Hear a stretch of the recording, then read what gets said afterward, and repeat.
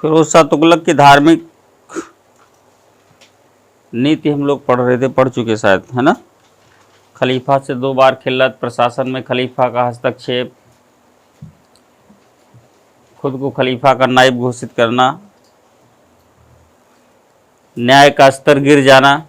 लोग अपनी शिकायतें अब किसके पास ले जा रहे हैं? मौलवी और मौलानाओं के पास लेके जा रहे हैं। उलेमाओं का महत्व बढ़ गया। तो आर्थिक सुधार तो नहीं कह सकते, बट आर्थिक नीति की अगर बात करें तो उसने धर्म को ही उसमें भी तवज्जो दिया, वरीयता दी, ठीक है। और कुरान के अनुसार केवल 4 कर उसने लागू किए, जजिया, ज़कात, खम्स और खराज। बाकी 24 कर जो लागू थे, पहले से चल रहे थे, उनको हटा दिया। इसका उद्देश्य लोगों को आर्थिक राहत देना नहीं था। इसका उद्देश्य क्या था? कुरान की व्यवस्था को प्रॉपर लागू करना, ठीक है। कुछ प्रशासनिक सुधार उसके लिए, एडमिनिस्ट्रेटिव सुधार नहीं, कार्य, एडमिनिस्ट्रेटिव वर्क।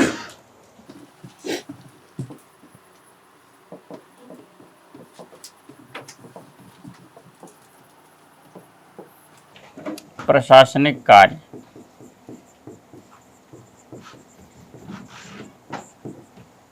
सबसे पहले तो इसने ऋण पंजिकाओं को समाप्त कर दिया जो मोहम्मद तुगलक ने बनवाया था और लोगों को तकावी इत्यादि ऋण दिए थे। तो लोगों को राहत देते हुए एक काम किया कि जो भी जितने लोन लिस्टिंग थी उसको समाप्त कर दिया। इस चीज़ को आप मेंशन कर लीजिए कि ऋण पंजिकाओं को इसने समाप्त कर दिया, ठीक है। ही abolished the loan listing which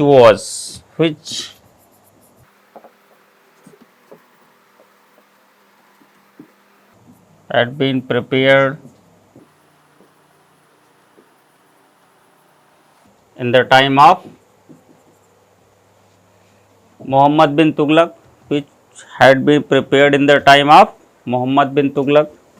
इसमें तकावी ऋण भी शामिल था। उसने अन्य ऋणों की पंजिकाएं तो समाप्त की, लिस्ट तो समाप्त किया, सूची, ठीक है। और तकावी ऋण मोहम्मद तुगलक ने दिए थे, कृषि ऋण छूट पर, उसको भी समाप्त कर दिया।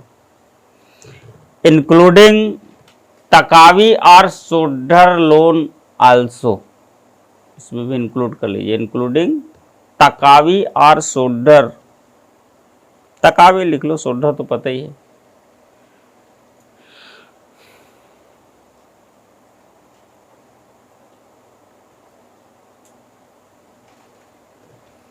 फिरोज तुगलक ने, next point, next line, soldier. ये चीज आपको पहले बताया गया है। तो तकावी और सोल्डर, ये कृषि ऋण है, ठीक है, जो कुछ छूट पर रहती है। सरकारी एक प्रकार से अनुदान प्राप्त ऋण है, सरकारी अनुदान प्राप्त ऋण है, ठीक है, किसानों के लिए। फिरोज तुगलक ने दंड विधान में सुधार करते हुए, फिरोज तुगलक changed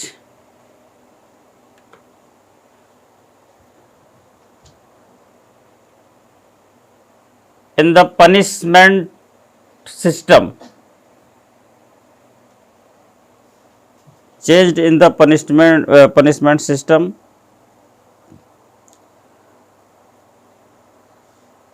और मृत्युदंड तथा अंग विच्छेद जैसे दंड को समाप्त कर दिया। And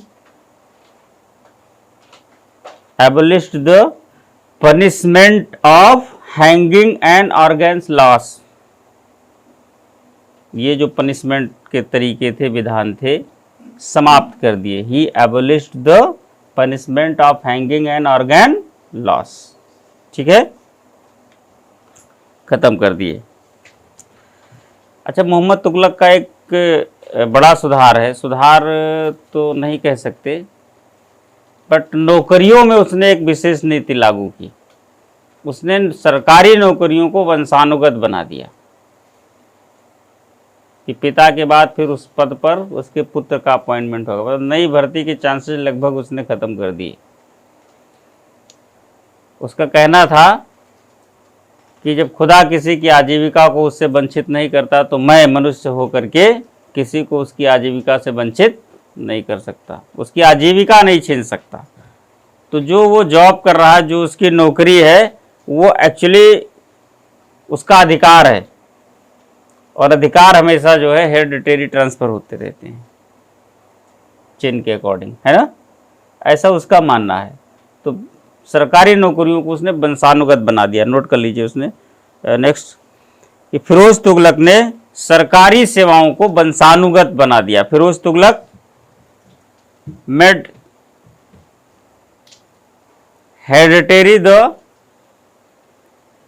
governmented services, made hereditary the governmented services.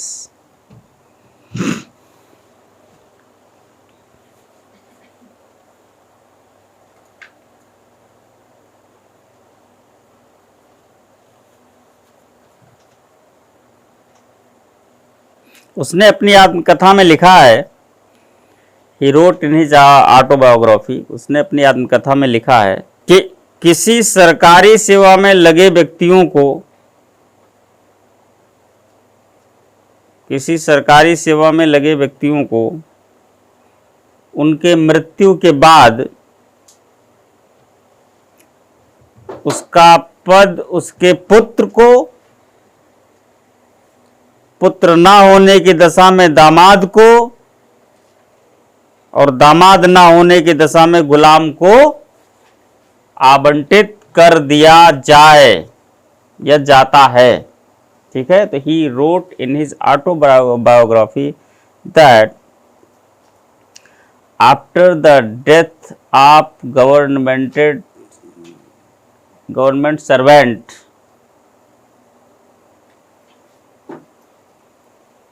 after the death of government servant, his post transferred to his son. In the absence of son, it should be transferred to his son-in-law. In absence of son, it should be transferred to his son-in-law.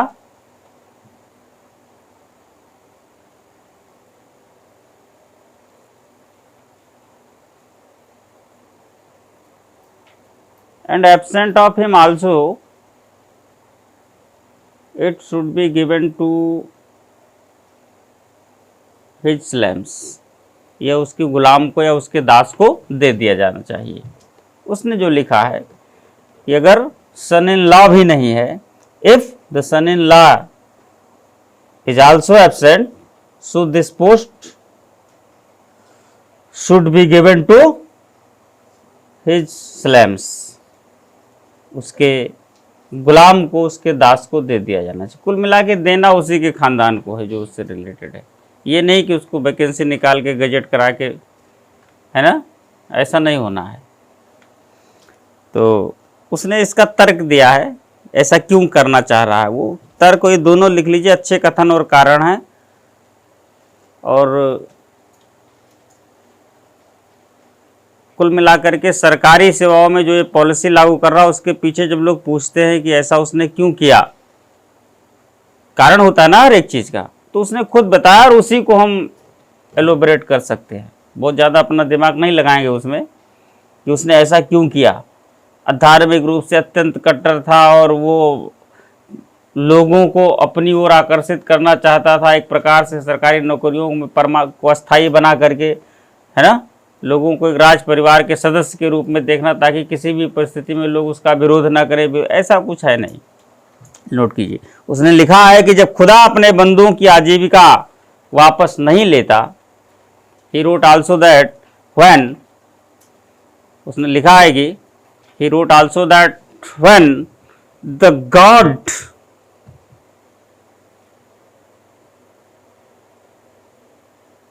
did not take back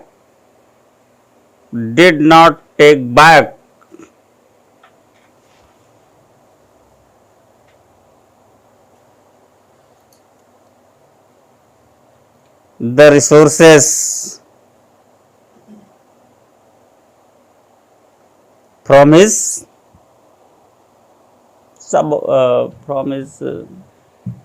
बंदो, from his people लिख लो,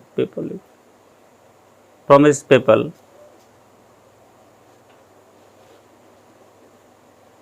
मैं कैसे किसी की आजीविका छीन सकता हूं, तब मैं कैसे किसी की आजीविका छीन सकता हूं। हाउ कैन आई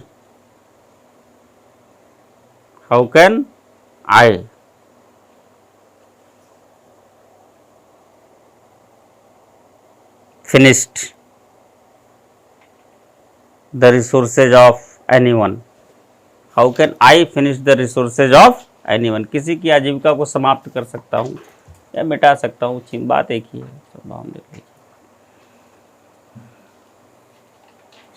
कैसे ये उसके धार्मिक नीति से प्रभावित लगती है, कहीं ना कहीं से तो लगती है। उसका मानना है कि खुदा अपने बंदों से उसकी आजीविका नहीं छीन सकता। आजीविका मीन्स रिसोर्सेज, खुदा के द्वारा दी गई आजीविका तो रिसोर्सेज के रूप में होते हैं, जैसे नदियों का पानी,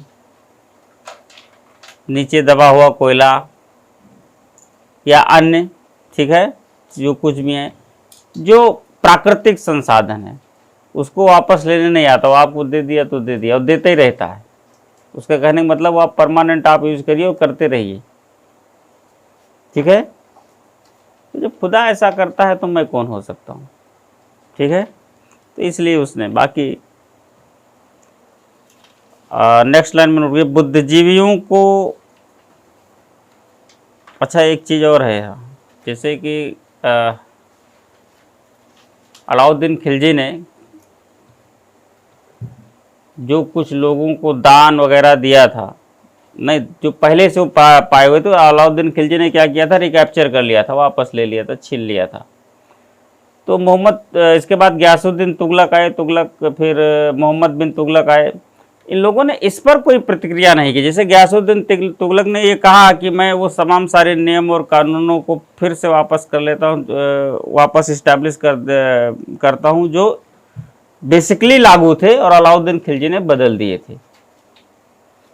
तो बिल्कुल क्लियर पहले से होता है कि शायद उसने अपने क्षमता, अपनी कैपेसिटी के अकॉर्डिंग शासन व्यवस्था को उसने इम्प्लीमेंट किया, उसको लगा कि फिर उसके अकॉर्डिंग शायद वो नहीं कर सकता है। लेकिन कहीं से ये पता नहीं चलता कि उन जमीनों का, उन भूमियों का क्या हुआ। जैसे उसने एक कानून तो लिया कि चलो हम किसी की जमीन या जो दान में पाए वो तो जब्त नहीं करेंगे, लेकिन जो जब्त कर लिया गया उसका क्या होगा।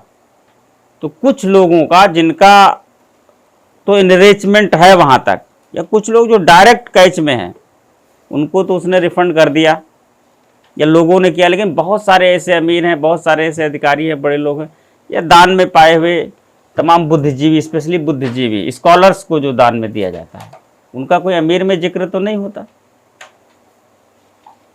किसी उपलब्धि, अचीवमेंट के कारण उनको दिया जाता है, उनका क्या हुआ। इसने ऐसे तमाम बुद्धिजीवियों को राहत देते हुए उन जो दान में उनको मिला है, गिफ्ट में मिला है, अनुदान में मिली उनकी जो प्रॉपर्टी है, जो पहले कभी किसी भी कारण से जब्त कर ली गई है, उसको भी इसने वापस करा दिया, पकड़ पकड़ के, ढूंढ ढूंढ के, एक एक करके, ठीक है। तो बुद्धिजीवियों को राहत दी इस मामले में इसने। तो इस चीज़ को आप मेंशन कर लीजिए कि बुद्धिजीवियों को राहत देते हुए फिरोज तुगलक ने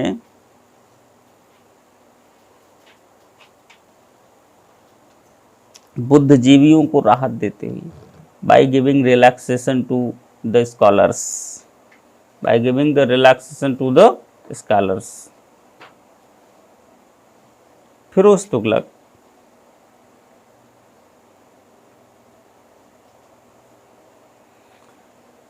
the property which was taken back from them, the property which was taken back from them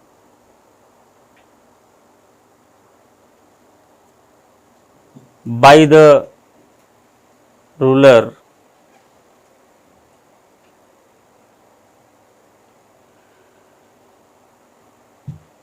वापस कर दी गई। वह संपत्ति जो किसी शासक के द्वारा पहले ले ली गई थी, वापस ले ली गई थी, टेकन बैक, ठीक है, या कैप्चर्ड बाय द रूलर, वापस दे दी गई, return back to them, return back to them.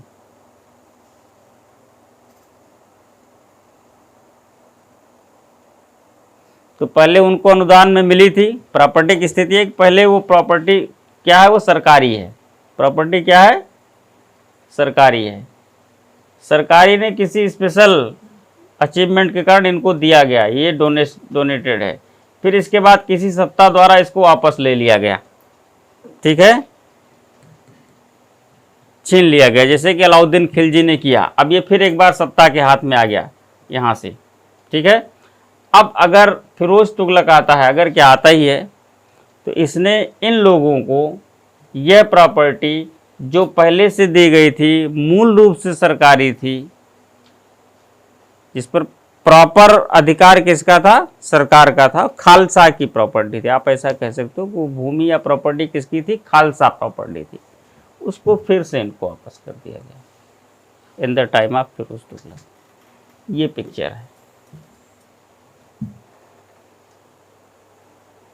ठीक है। तो अगर कहा जाए कि ऐसी भूमि पर वास्तविक अधिकार किसका सिद्ध होता है, वास्तविक अधिकार किसका सिद्ध होता है, इसका किसका, या एक दो और भी किए जा सकते हैं, खुदा का। फाइनली तो भूमि पर किसका अधिकार है, शासक का या खुदा का? अच्छा दोनों बताइए, खुदा का या शासक का? शासक का। खुदा का नहीं है, क्योंकि खुदा खुद आता नहीं है।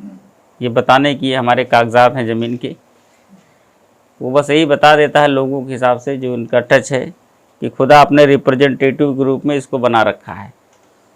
तो इसके पहले पैगंबर होते थे, पैगंबर के बाद खलीफा आए, और तमाम शासकों ने भी अपने आप को ज़िल्ले इलाही घोषित किया।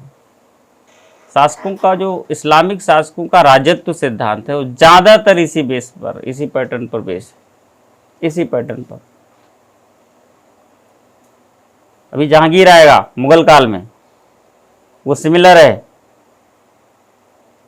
इस पैटर्न के फॉलोअर्स के सिमिलर है। जैसे सबसे पहले इस पैटर्न को किसने फॉलो किया था सल्तनत में, गियासुद्दीन बलबन ने, ज़िल्ले इलाही करके। डायरेक्टली दोबारा किसने इस चीज़ को रिपीट किया किसी भी शासन या राजतंत्रीय व्यवस्था में, वो मुगल शासक जहांगीर ने रिपीट किया। खुदा कुछ स्पेशल लोगों को शासक बनाता है, सबको नहीं बनाता है। प्रयास तो सब लोग करते हैं, लेकिन वो चुनता किसी विशेष को ही है।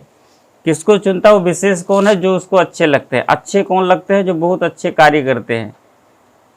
खुदा को लगता है कि ये शासक जैसा है, तो अगर खुदा को लग रहा है कि ये शासक जैसा और इसके कार्य शासकों वाले हैं, तो उसको शासक अपॉइंट करता है। तो फिर उसने फिर वही रिपीट किया कि फिर तो उसके आदेश का किसी को उल्लंघन नहीं करना चाहिए। हालांकि जहांगीर पीता बहुत था, बहुत पीता था।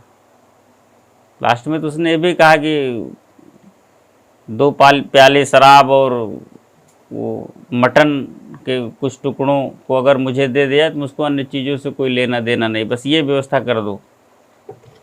अब पता नहीं अल्लाह ने भी आदेश दिया कि नहीं दिया कि हमको मटन के कुछ टुकड़े और 2 प्याले शराब, ये मेरी आवश्यकता है। जैसे कुछ लोग कहते हैं ना जो बहुत सात्विक होते हैं, बस 2 रोटी खाने को मिल जाए, लग्जरियसनेस से कोई लेना देना मेरा नहीं है, बस ऐसे ज़िंदगी बिता देनी है, कोई लालच नहीं है। तो कहता बस हमको भी ऐसे 2 पीस और 2 प्याली शराब मिल जाए, बाकी कोई लेना देना, लालच कुछ नहीं। अब अंतर आप लोगों को ढूंढना है, लिखने वाले को, कि ऐसे दोनों डिजायर्स एक ही टारगेट की ओर जाए, बट दोनों में डिफरेंसेस क्या है। फिलहाल आगे लिखते हैं। तो जमीन वापस कराई, इनको लिख दिया, कंप्लीट हुआ ये। ओके। फिरोज तुगलक को सर्वाधिक नहरों के निर्माण का श्रेय दिया जाता है। फिरोज तुगलक को सर्वाधिक नहरों के निर्माण का श्रेय दिया जाता है। ठीक है। The credit for construction of the canals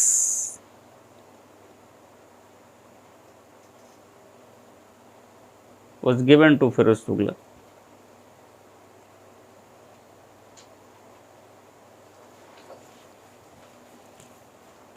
maximum canal, सर्वाधिक। अब कुछ नहरों के नाम लिखिए। इसने एक टैक्स लगाया था हावेसर, आपको मैंने लिखवाया है कल इस चीज़ को। तो उसने लगाया ही इसीलिए था क्योंकि सर्वाधिक नहर इसने बनवाए थे, खर्चे को किए थे। और नहरों का रोल क्या है? नहरों का रोल सिंचाई के लिए है। नहरों का जो बहुत बड़ा रोल है, सरकार उस पर जो सरकार का जो कंट्रीब्यूशन है उसका, वो किसके लिए है? इरिगेशन, खेती की सिंचाई के लिए। ठीक है। तो इसलिए फिर उसने 10% एक टैक्स ले लिया था। तो उसको सर्वाधिक नहरों के निर्माण का श्रेय दिया जाता है। जैसे कुछ नहरों का नाम ये है, नोट कर लीजिए। एच कहाँ से कहाँ तक, किस नदी से निकाले गए? जैसे है, एक है उलुग खनी नहर, लिखते जाइए क्रम से।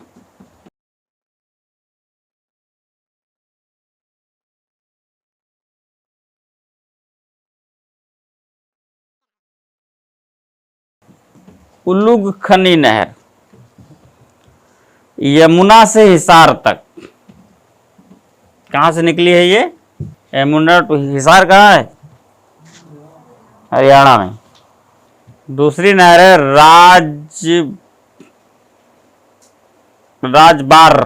राजबार नहर। यस,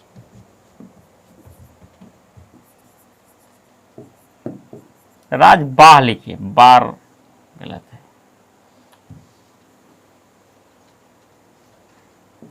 राजबाह कैनाल सतलज से घग्गर तक है। फ्रॉम सतलज टू, अब प्रांत अगर दिखाना हो कहां से कहां तक, तो क्या दिखाएंगे आप? सतलज टू घग्गर। सतलज कहाँ की नदी है? किस प्रांत से इसको जोड़ा जा सकता है? पंजाब से। और घग्गर, घग्गर हरियाणा से। पंजाब, हरियाणा, राजस्थान में भी घग्गर है। राजस्थान होते हुए जाती है। ये सरस्वती जो नदी है उसी को घग्गर कहा जाता है। तो अब नहीं है, पहले सरस्वती को घग्गर कहा जाता था। सरस्वती और दुष्दुती नदियों का क्षेत्र है। तो सरस्वती नदी जो है अब तो है नहीं, विलुप्त है, बट उसका प्राचीन नाम घग्गर ही था। घग्गर और चौतंग वैसे निकलती थी। राजस्थान हुई, फिर ये हरियाणा में एंट्री करके ऐसे सिंधु नदी से जाकर के इधर फिर जाती थी सरस्वती। और सतलज कौन है? ये सिंधु है, तो ये झेलम, चिनाब, रावी, फिर इधर से सतलज, ये क्षेत्र है इसका, पंजाब से हरियाणा के बीच का क्षेत्र। ठीक है। तो ये क्लियर हो रहा ना? मैं किस नॉर्थ ईस्ट का सेक्शन है ये।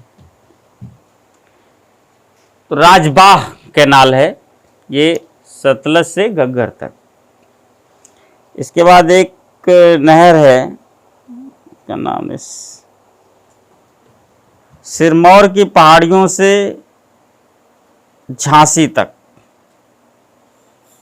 इसका नाम नहीं है, इसका बस लंबाई है कहाँ से कहाँ तक है। सिरमौर की पहाड़ियों से झांसी तक, नोट कीजिए फिर इस पर चेक किया जाता है।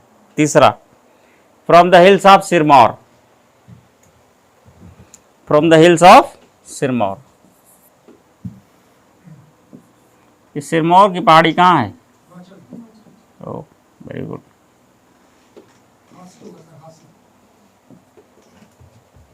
हाँसी तो हरियाणा में है। हाँ यार हाँसी होगा, पता नहीं लेकिन होगा, सही करो। From the hills of Sirmaur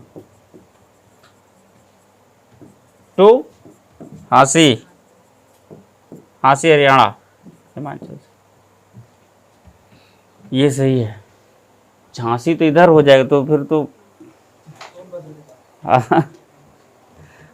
नहीं, उधर कोई लॉजिक ही नहीं है, यहाँ से कोई नहीं। हाँसी, हाँसी हरियाणा। फिर है घग्गर से फिरोजाबाद। चौथा,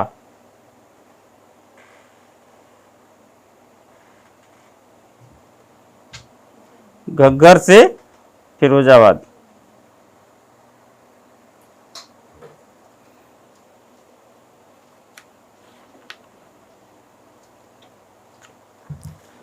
राजगिरी, घग्गर से फिरोजाबाद, यमुना से फिरोजाबाद।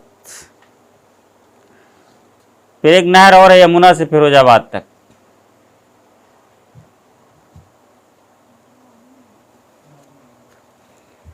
फ्रॉम घग्गर टू फिरोजाबाद, एक नहर और फ्रॉम यमुना टू फिरोजाबाद।